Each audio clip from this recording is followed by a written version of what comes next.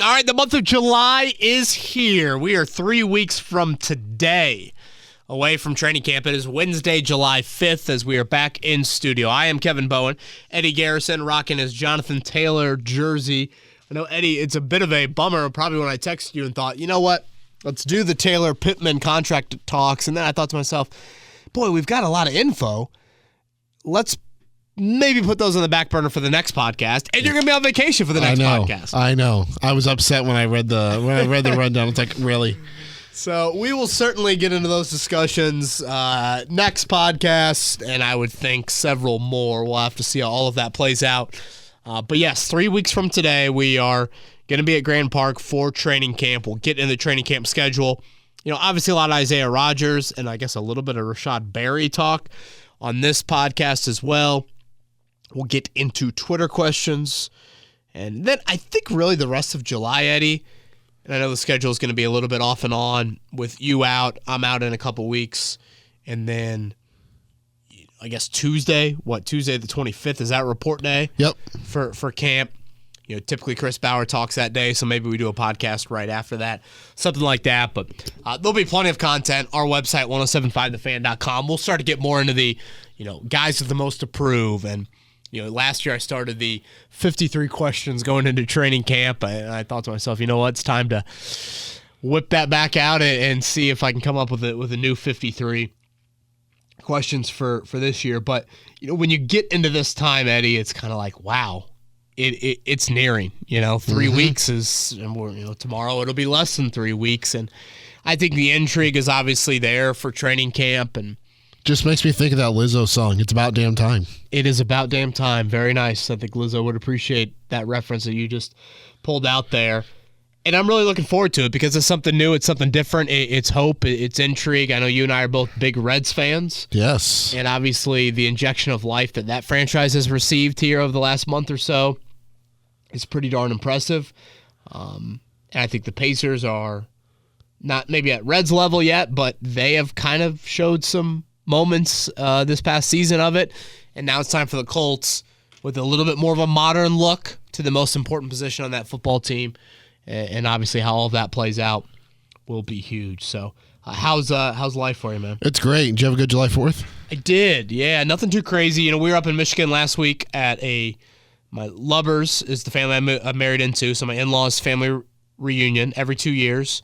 Their grandma Jane, 93 years old. Wow, go Jane. Go Jane is right. An incredible woman. And she's got 3 kids, and I think it's 10 grandkids, and then whatever 10 plus 3 plus 1 is, minus 49. Well, I guess you got to throw in the significant others with the 10 grandkids. But a whole lot of great grandkids. So Rosie had a great time, and Max slept in the weight room there. We were at this big old retreat-type center to try and get everybody together. So, oh, that's cool. Yeah. So how often did you get asked about Anthony Richardson? Yeah, there were a few Anthony Richardson questions, certainly. And that Isaiah Rodgers news, kind of broke as we were up there. So that was a popular question as well. But for the most part, I'd say the fandom in that household is kind of spread out. It's not just all diehard Colts fans, so there are a couple in there. So on Saturday, Matt Taylor was hosting Indiana Sports Talk, so it was right before July 4th, and I'm going to ask you a question he asked me. He goes, if you were in the hot dog eating contest, how many hot dogs do you think you could put down? You got 10 minutes. So I have done an eating contest before, pizza eating contest in high school. I prepped for it. I read up on Joey Chestnut and Kobayashi techniques. I was told that 24 hours before you consume the eating contest, you're supposed to eat very similar amount to what you plan on eating in the eating contest to build your stomach out. Yep. And then you eat grapes for 24 hours straight to keep your stomach expanded. So I did all these things. I also was in a St. Elmo shrimp eating contest a couple years ago. I remember this. That did not go great for myself or my bowel movements. But I got second in the pizza eating contest. I put too much Parmesan cheese on the pizza. Immature move by me, no discipline by me whatsoever, and that cost me dearly. How many hot dogs could I eat in 10 minutes? I could eat 6. You think so? I don't know. Maybe not 6. I could eat 4. In 10 minutes? You think a lot more? I don't know. I'm not like, don't get me wrong, I love a hot dog at a baseball game. I had a hot dog making the turn around to golf the other day, but I've never looked at that food and thought to myself, I can down 10 of those in a blink of an eye. Whereas, like, I've ordered pizza and been like, oh my God, I could have 2 larges. I told Matt, I said, if I trained for it, I could probably hit 10. He goes, 10? 10 in 10 minutes? Yeah. 1 a minute. Okay. I believe. I mean, Chestnut, again, Serena, Tiger, Usain Bolt, Phelps. He looked like MJ walking out for Game 7. Yeah. He looked like Tiger wearing the red shirt on Sunday when he came out after the rain delay. That's 2 Tiger drops. Oh, I love it. A dominant, a Westfield native. Yeah. He's been in our studio before, so one of our own right there. Speaking of that, Grant Park, Colts training camp schedule. There we go. Is that the transition? Yeah. You think he'll be out there at all? I'm surprised I'd be shocked we still have people listening at this point. Got the Reds, we got golf, we got hot dogs. I did want to briefly go over the training camp schedule before we get to Isaiah Rodgers. A couple things to note, Eddie, and I think we've kind of hinted at this leading into the official release, which happened last week. I expected an abbreviated camp up there at Grand Park, and that is indeed true. 13 open practices, which is still a decent amount, by the way. I mean, 13 is a good amount of practices that are open to the public. But they're going to end with those joint sessions with the Bears. So August 17th is it. Whereas I think in years past, it kind of bled into the 20s of August. So when you look at it, July 26th to August 17th, again, 13 open practices. If I'm counting correctly, 7 of those practices will be morning sessions. They end before the second preseason game. So it's right before that preseason home opener with the Bears, the only home preseason game. Now, stuff that I think a fan is really going to like from a practice schedule. You get 2 night practices on Saturday night. So 2 Saturday night practices. That would be the 29th of July and then the 5th of August. The 6th of August, you have a Sunday afternoon practice. And those Bears practices are at 6 to 8 p.m. Eddie, correct me if I'm wrong, I cannot recall in the history of the joint practices those being at night, like 6 to 8. I typically remember them being more in the 4 to 6 range, if that. I mean, I think typically they've been even kind of afternoon. So 6 to 8 p.m. for 2 joint practices, and when you factor in it's the Bears, that's good. If you're a fan, I think it gives time for those who live in Chicago to travel down. Which I'm thinking, gosh, where are you going to put all these people? Like, and I said in all seriousness. Plus, it's a 7:00 game Saturday night too, so maybe it's a little bit of the circadian rhythm. Look at that, stealing a term from Frank Reich from last year. But if you break it up into weeks, Eddie, week 1, that first week they'll practice Wednesday, Friday, Saturday. Week 2 is the busiest practice. That will be Monday, Tuesday, Thursday, Saturday, Sunday.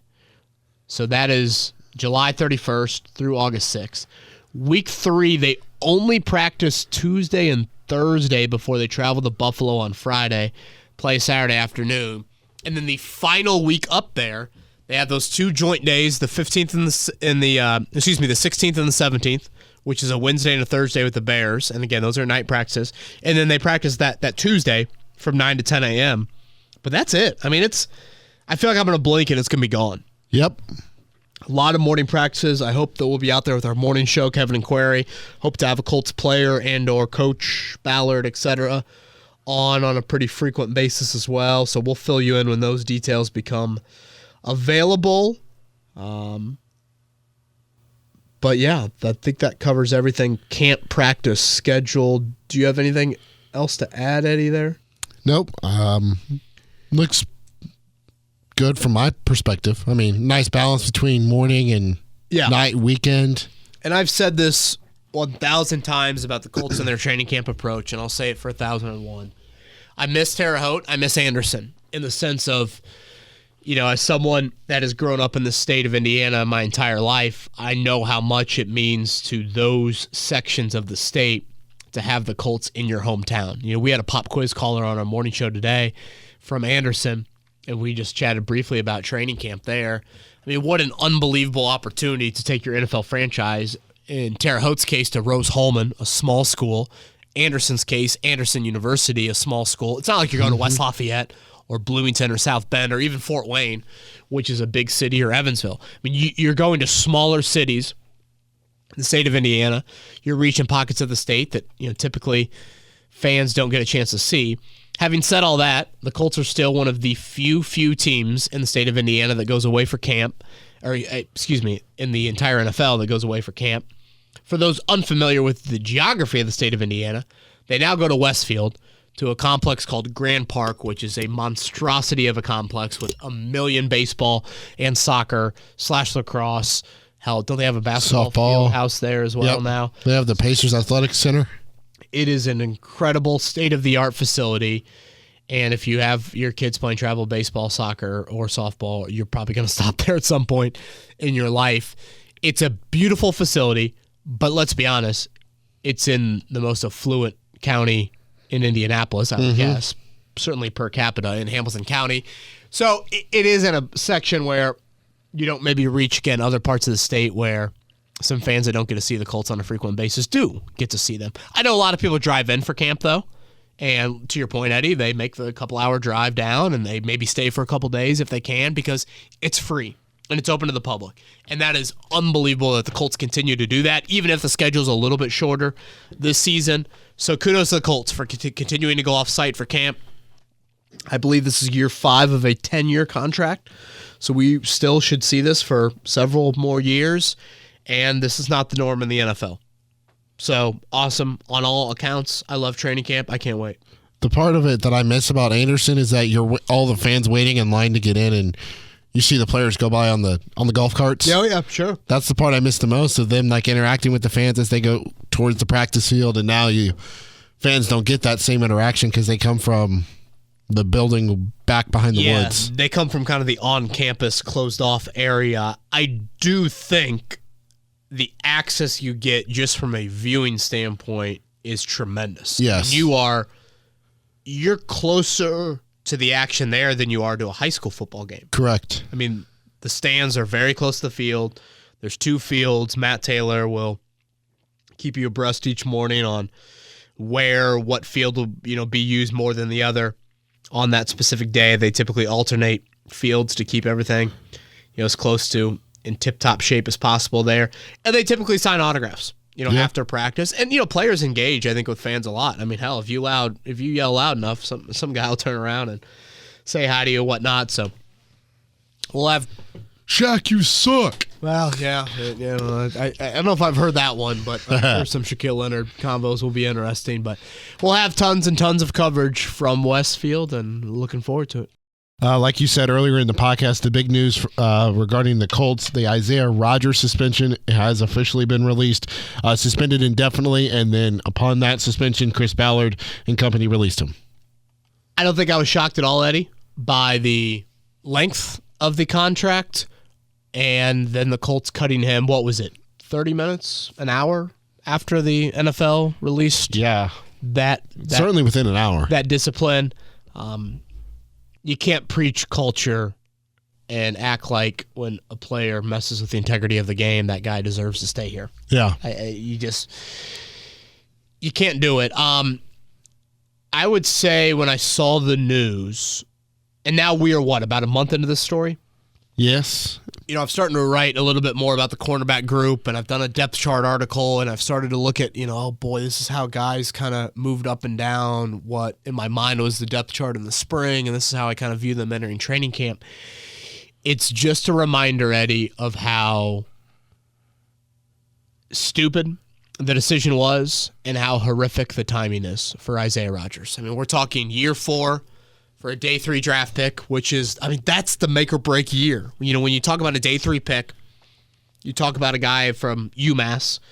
Year 4 is everything. Mm-hmm. It's when your contract really rises. For those unfamiliar with Rodgers' contract situation, I believe he made less than $1 million annually each of the first 3 years. And I think the year 4 number rose to like $2.4 million, something around that. I know it was in the $2 million range. Yeah. And so he misses out on that. And he also, of course, misses out on the opportunity to get to that second contract, sooner. Everything goes according to plan for Rodgers, which I know is a weird phrase to use at this point. He'd be reinstated by the NFL. He would play out that rookie contract, and he would obviously try to get a second contract somewhere. NFL can forget about you really, really quickly. And they don't like when corners get old. And now he's 1 year older when he does try and make that. And I'm not going to act like he's 32, but again, this league can forget about you really, really quickly. It's just the horrific timing of it all, of a guy like Dallas Flowers, for example. Eddie, on December 15th of last year, Dallas Flowers had not played a snap in the NFL defensively. And here we are on July 5th, and I would put his name probably in pen on the depth chart. Not yet in Sharpie. Oh, yeah. But I would put it in pen. And think about that. With a month to go in last year's regular season, that dude had yet to play a snap in the NFL. And now here we are talking about him as and I feel pretty confident saying it, as a favorite to start. Obviously, the report is out there that Rodgers, had a $1,000 prop bet on the over-under of rushing yards for a Colts running back. Again, I don't know who that player was or, details on that. But this is kind of the player prop bet side of it, Eddie, that I think we've talked about before with this story. If you're Isaiah Rodgers sitting there watching practice, and I know at this point Jonathan Taylor was hurt in the season, but I had a lot of people, DM me late in the year. Hey man, in a big old fantasy playoff, what do you think? Who's getting more reps, Deion Jackson or Zach Moss? I mean, a lot of people were asking about that. Yeah. Late in the season. Well, if you sit there and watch practice for 3 days, and you're able to make a prop bet on that, and put down $1,000 wager, or if you're sitting out and you're talking to Jonathan, it's like, hey, who's getting the carries? I mean, you're in that room. Or if Taylor's case, if he was questionable, and you didn't know if he was going to play or not, you obviously can, try and, figure it out if he's able to play, a lot, if he's able to play a little, those sorts of things. So you just can't mess from an integrity standpoint with things there.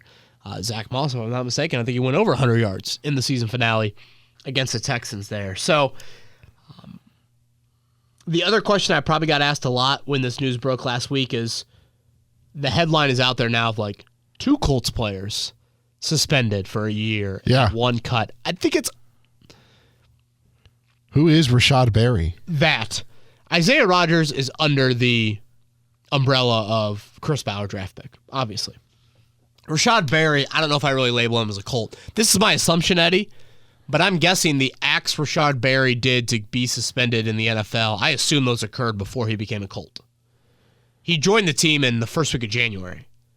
So if you go off of when these suspensions occurred, if you bet on NFL games, which seems to be the case with these year-long suspensions, that means you obviously had to do it during the NFL season.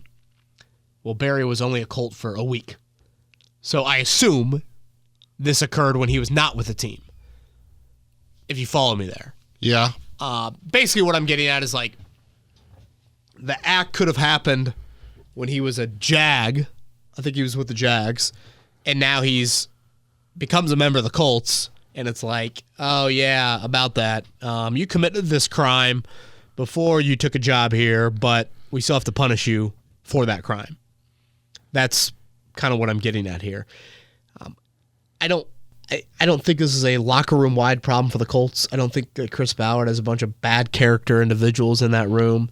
Rodgers obviously did something very stupid, but I don't think Berry qualifies as that. Does that follow? I follow you. Does that track there? I had never heard of the guy until the suspension. Sure. Yeah. He wore 74 as a defensive end. That always stood out to me. I'm like, gosh, I feel like that's a 1972 era defensive end. Or an offensive lineman number. Right. I'm like, was Michael Strahan 74 or was he 72? On that end. So, yeah, that is the Berry number, or that is the Berry storyline there. Is there anything else you want to add on the suspension front? I guess a couple of just quick things. You can apply for reinstatement at the end of the year. That's what Calvin Ridley did, right, to get back in the league. So I assume that that's what these guys will try. Yeah. Nicholas Petit-Ferrier, the offensive tackle for the Titans, I think was going to be a starter for them. He bet on games from the team. I don't know if it was facility or plane or where it was. Hotel or whatever. Hotel, yeah. He's out 6 games. And did you see the other offensive tackle news in the AFC South? Cam Robinson suspended 4 games. I thought that was expected, though. I thought he was going to miss some time with his suspension. It was just a matter of how long. And that was PEDs. Yeah. We should make that clear. But I think it's worth noting, Eddie, you play both of those teams in the first 6 weeks of the season. Yep. And you're going to play Jacksonville week 1. Yeah. So that means Trevor Lawrence will walk into this building, and I'm not predicting a Colts win, but I've said it since the schedule came out. I think Jacksonville week 1 is an ideal time to play them. And now you're going to get a backup left tackle in the first game of the season. The Colts have played games with some mediocre left tackles. They've played some season opening games with some mediocre left tackles. They've not gone very well. So we'll see how that plays out for Jacksonville week 1. But I think that's worth noting of that. Jacksonville week 1. I think Tennessee's more like a week 5 game. But they will both be down a tackle in both of those games. Yeah. And obviously we'll see how the rest of camp plays out. Other injuries, things like that. So I think that covers everything. I thought Ballard's statement, pretty much said everything you would expect. He mentioned the integrity of the game in that. And, as much as I think Rodgers made a very stupid mistake, the league and agents need to be better as well. And I should say the league, teams, and agents. All 3 of those parties. How so? Clarify stuff better. Teach them more. Define better. It's just murky. You can't bet at the facility, but does that mean team bus? Does that mean team plane? Does that mean team hotel? I know in Rodgers' case he didn't fall into that category, but some guys have. I just think you need to be on top of it of educate. You're in bed with gambling companies. Mm-hmm. That looks weird. It looks odd. There's a lot of people in the public eye that say, this is stupid. The NFL's making money off these gambling apps. But so is the MLB and NBA and NHL. Yeah, I'm just using the NFL as an example here, but I just think if you're going to do that, you better educate the hell out of your players. Because it's a black eye on the league when more and more of these come out. So make sure that you're doing everything you can to make sure. I think there are a lot of guys in the league that are like, I don't know exactly what I can bet on. That cannot be a question. You need to make sure that they have a crystal clear picture of what they can do and what they can't do. And I know there are a lot of guys that just say, EJ Speed, one of them, said, hey, just don't bet. Don't bet. It's not worth the risk. But it's just weird, man. I mean, you've got employees with NFL franchises that can't bet on anything. NFL players can go bet on their college team. Yeah. They can go bet on NBA games. It's just we need to unify a little better, I think, when it comes to this stuff, and we need to educate a little bit better. So that would be my advice to the NFL, to teams, and to agents to make sure their clients know exactly what they can and cannot do. Just for comparison's sake, the NBA, they have like a test and a program that the players have to go through, and they have to pass it in order, to play, obviously, regarding the gambling policy for the National Basketball Association. And on the MLB front, you can't bet at all. Really? You're not allowed to bet on anything. No sports. Correct. Pete Rose can thank. Yeah. Yep. MLB players can thank Pete Rose for that one. That's fair. Interesting. Yeah, I have no issue with betting on other sports. 0. But just educate better. And I this is probably me as the son of 2 teachers, like sounding off here a little bit, but if you're going to be a little bit shady isn't the right word, Eddie, but if you're willing to be in bed with them, that's fine. And I'm totally good with it. But you better make sure that your employees don't have this, because the more this occurs, the more it just looks weird. The more it looks a bit ugly on that end. And I think on Barry's front, he's probably like, oh, I'm some guy, I don't start games. Nobody knows me. They're not going to be for sure be out to look for me. So why not throw, a couple dollars here on whatever I want? And to be fair, I know Jameson Williams and Calvin Ridley don't necessarily qualify, but, for the most part, Eddie, these players have been much more in the Rashard Berry career path.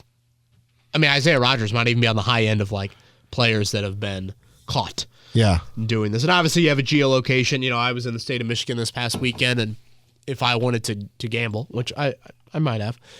When I logged in, they were like, okay, we need to confirm your location. That's how I think these guys get caught at the team facilities. It's that the NFL requires the gambling apps to be a partner with them and put in these location-specific areas, and they can catch you on those things. And I'm sure the amount, I would think $1,000 player prop on Zach Moss potentially probably would have had some red flags when Isaiah Rodgers, sent that in. And again, I'm using this hypothetically.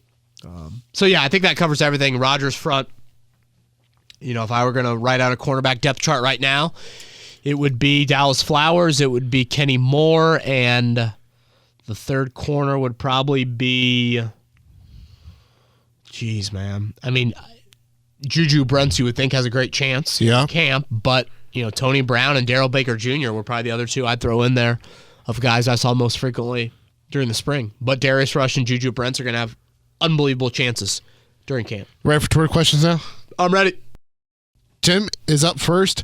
Between a relative and I, people often say that defenses during the Tom Brady and Peyton Manning era and before were tougher to play against compared to the modern NFL. Do you agree with that? And if so, why or why not? Thank you for all the great content.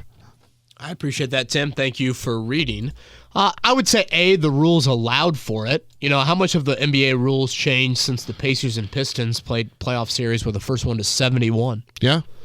The NFL, I think, is in a similar boat with how they treat, in particular, the passing game and what they allow versus what they didn't allow. Just ask Peyton Manning what some of those Patriot cornerbacks he felt like got away with during that era to, where you are now. Obviously,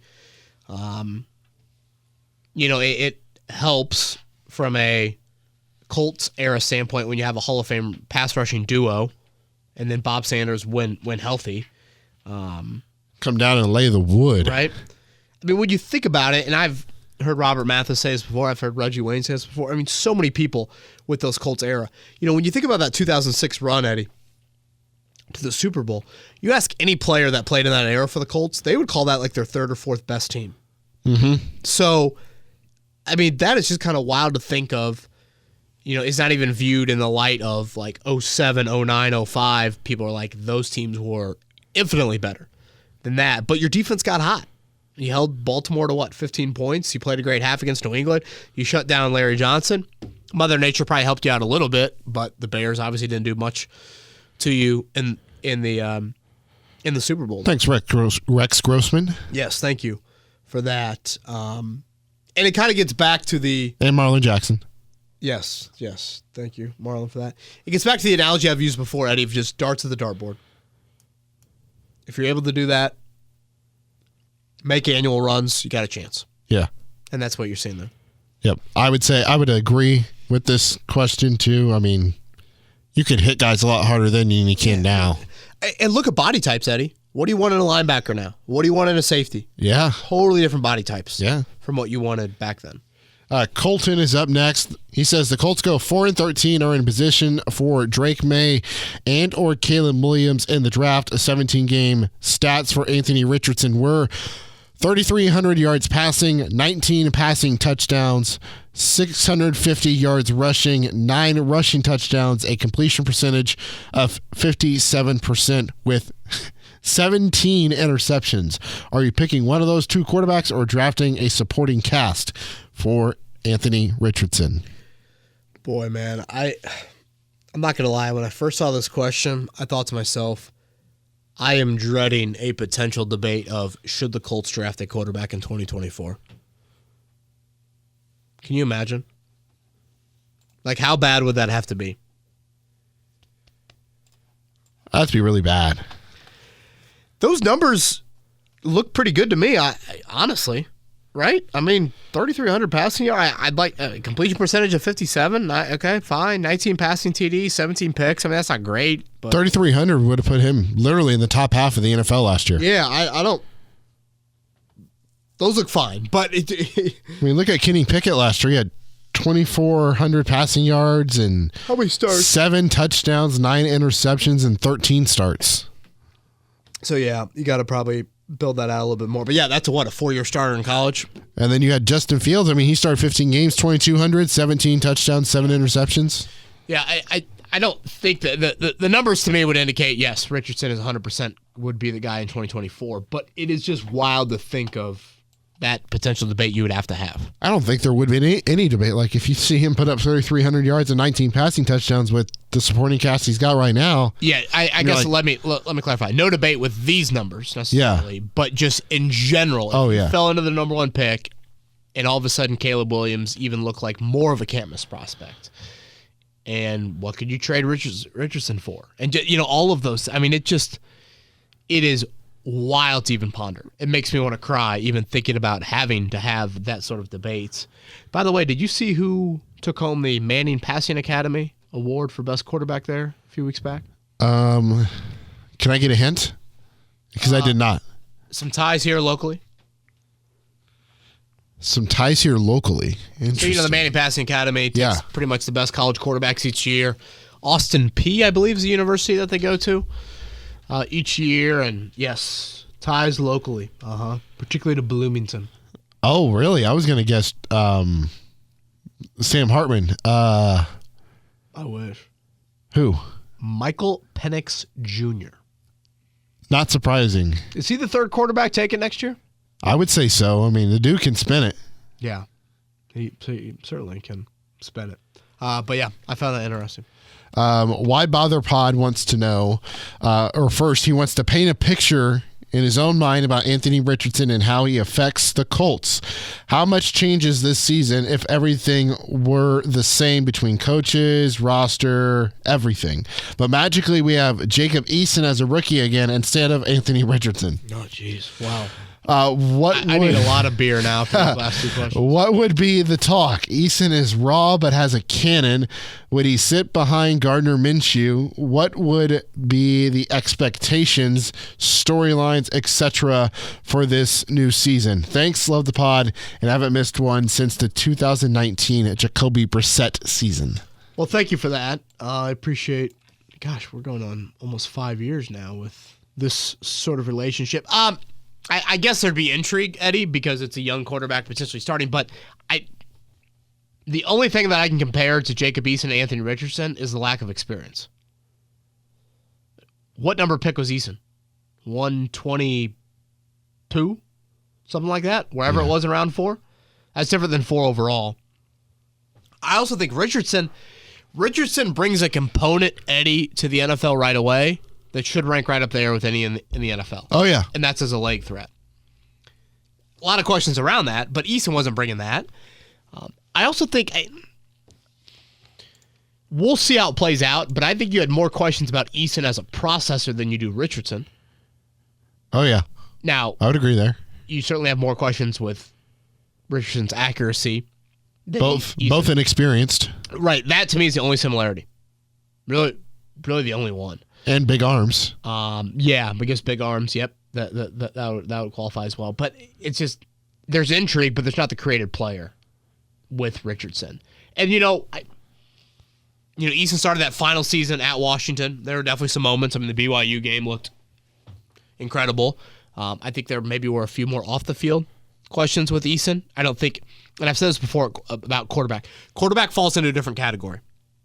Quarterback is they are the valedictorian of the high school that, gets caught selling drugs. Not the guy with the 0.3 GPA gets caught selling drugs. Like, quarterbacks held to a higher standard, and you're more in shock, or you expect more out of them. Mm-hmm.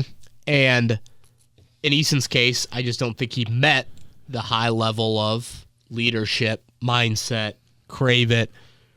You don't care about commas and zeros on the paycheck. You want to do anything to win. This might be unfair of me, but I feel like I've got a decent gauge on it. I don't think Eason checked enough of those boxes. I think Richardson right now, he does.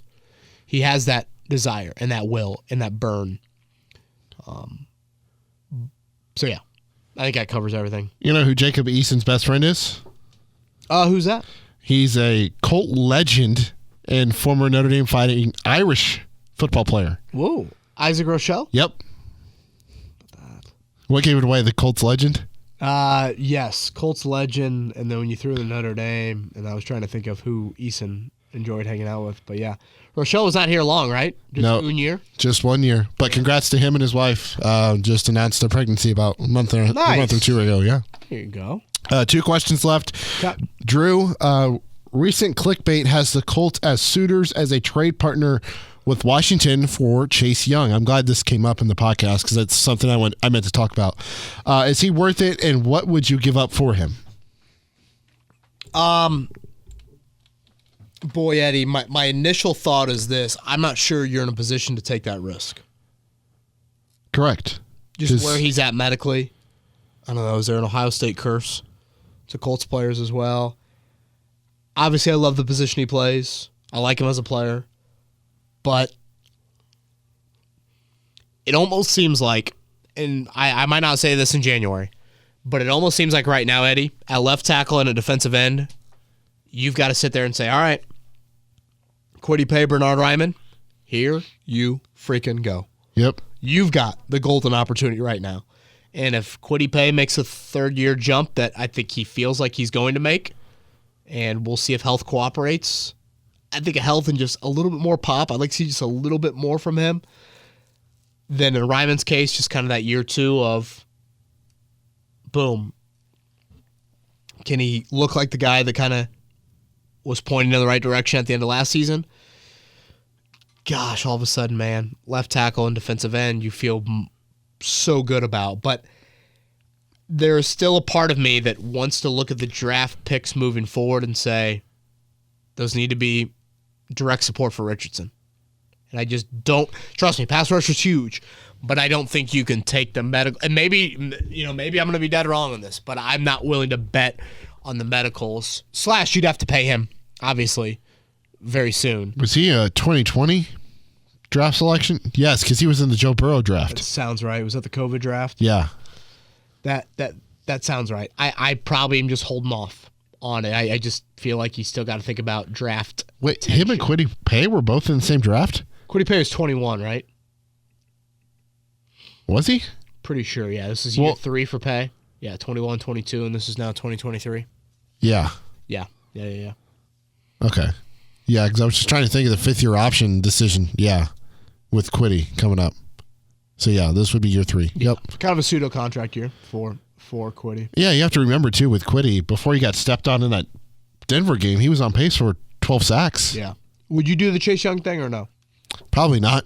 Yeah, I mean, what's it called? I mean, That would be like if the Pacers went out and they tried to make a push for like Chris Middleton or one of the top echelon guys in the free agency. Yeah, I get the Middleton reference, in terms of a coming off injury, probably a little younger to be fair in Chase Young's case, but I like the thought, I like the idea, but I just don't think you're in a position right now. Now, again, you get to January, February, and it might be too late at that point, Eddie, but that's when you reassess. I think at this point, on July 5th, you've put your eggs in the basket of, all right, Ryman and Paye, show me what you have. Yeah. And I will say this a lot, I think, in the next 5-6 months.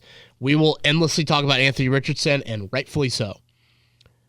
But if you can get answers on Paye and or Ryman in a positive development, that does absolute wonders for your franchise moving forward.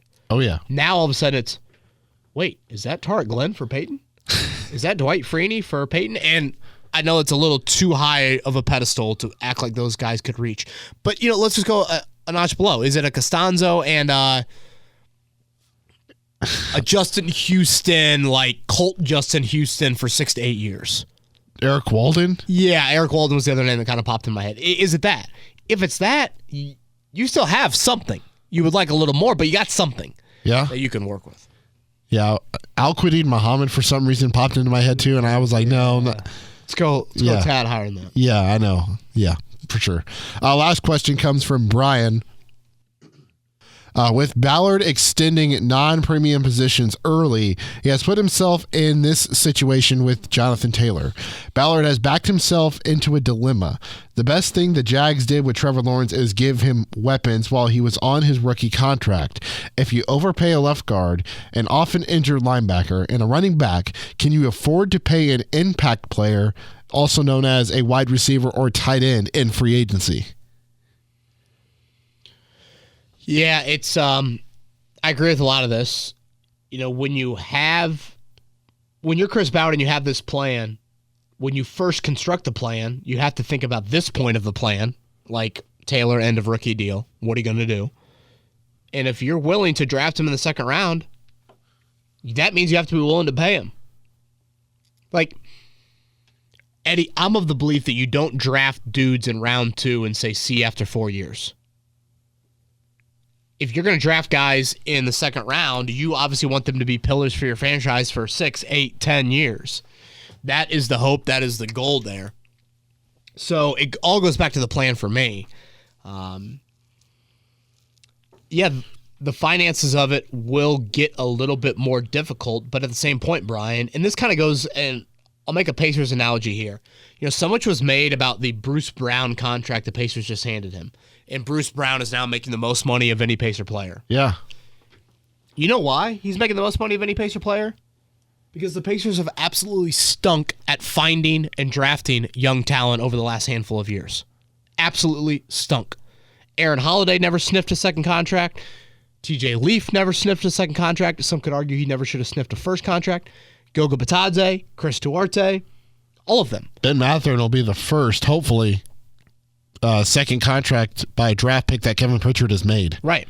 And obviously Halliburton was still playing out the rookie deal, and that's why he hasn't reached the second contract, which, of course, he agreed to, late last week, and he will, not this coming season, but the next season. That will eventually kick in. Well, that's kind of the same way with the Colts. Eddie, they don't need to pay a quarterback right now. They don't need to pay a left tackle. They don't need to play a pass rusher because they have nobody on the roster that's deserving of that sort of price tag. Yeah. So that's kind of where you're at right now. It's more of the philosophy has not fallen in line with, again, how I think about it from a modern standpoint. But it all goes back to the plan. If you have a plan, and Taylor might prove to be, and I say this in all seriousness, Taylor might prove to be an outlier in this. If there are any young running backs, Eddie, over the last couple of years that I would say, all right, one of these guys is going to be the outlier. One of these guys is still going to be at a high level at 28.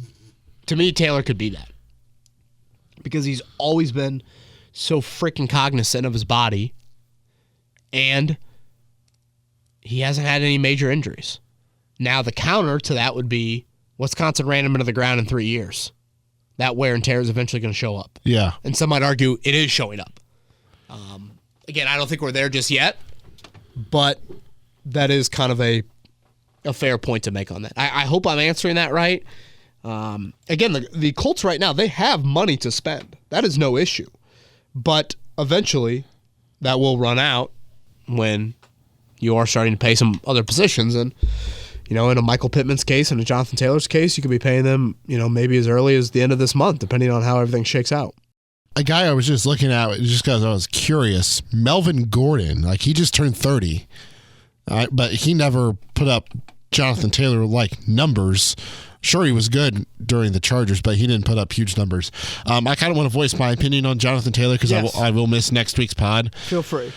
To me, I don't mind. It's more of the year than it is the money, but at the same time, it is also the money. It's hard to explain and kind of balance the two. I wouldn't go past the third year, and if you do a fourth year, you better have a team option on the fourth year, not a player option. That's my only way I would do a fourth year. I think it's a very good point. And it has to be front-loaded. I can't have it. It cannot be evenly spaced out over the 3 or 4 years. It needs to be front-loaded just to save your butt in the back half of that deal in case he does wear out and he does wear down. Now, additionally, when you look at last year, Zach Moss produced without Jonathan Taylor, so that's the sticking point. I think Chris Ballard can come back to, and whomever's making these negotiations is look at Zach Moss. You were gone, and he filled in perfectly. Yeah, he was a capable running back. Yeah, I think those are some really, really good points on it. And I would not pay him top 2 with McCaffrey and Kamara because those guys never come off the field. Yeah, those guys play on third down. And if you look at, and this is a little tease, I guess, to the next pod, if you look at running back money, Derrick Henry's at $12.5 million. I think it would surprise a lot of people to see Kamara and McCaffrey at, I think it's 15 and 16 apiece. Yes, correct. That's a big jump. That's 75% of Henry's contract is above that in I don't. I could be totally wrong on that percentage. Math seems hard to me. 25% maybe is the more accurate number. It is higher than them by $3 and $4 million because they play third down. Mm-hmm. And obviously Taylor's third down presence is not at the McCaffrey and Kamara level. And I think Taylor's deal will be very similar to Saquon's if that ever happens, because they both bring the same amount of value to their offense. Yeah. And again, how that plays out, how some of the other running back stuff, it is going to be league-wide. There are going to be eyes on the Taylor situation and obviously the Michael Pittman one here locally as well. So we'll do that on next week's podcast. Eddie, enjoy the vacation, man. Thank you as always. We will have some pods next week. I think plural on that. I like to get a pod in before I take my final vacation before training camp starts. So you're going to do 2 without me? Maybe. I don't know if we got enough arms in the bullpen to be able to provide that. He is Eddie Garrison. I'm Kevin Bone. Everybody have a great week. Thank you for listening to Kevin's Corner.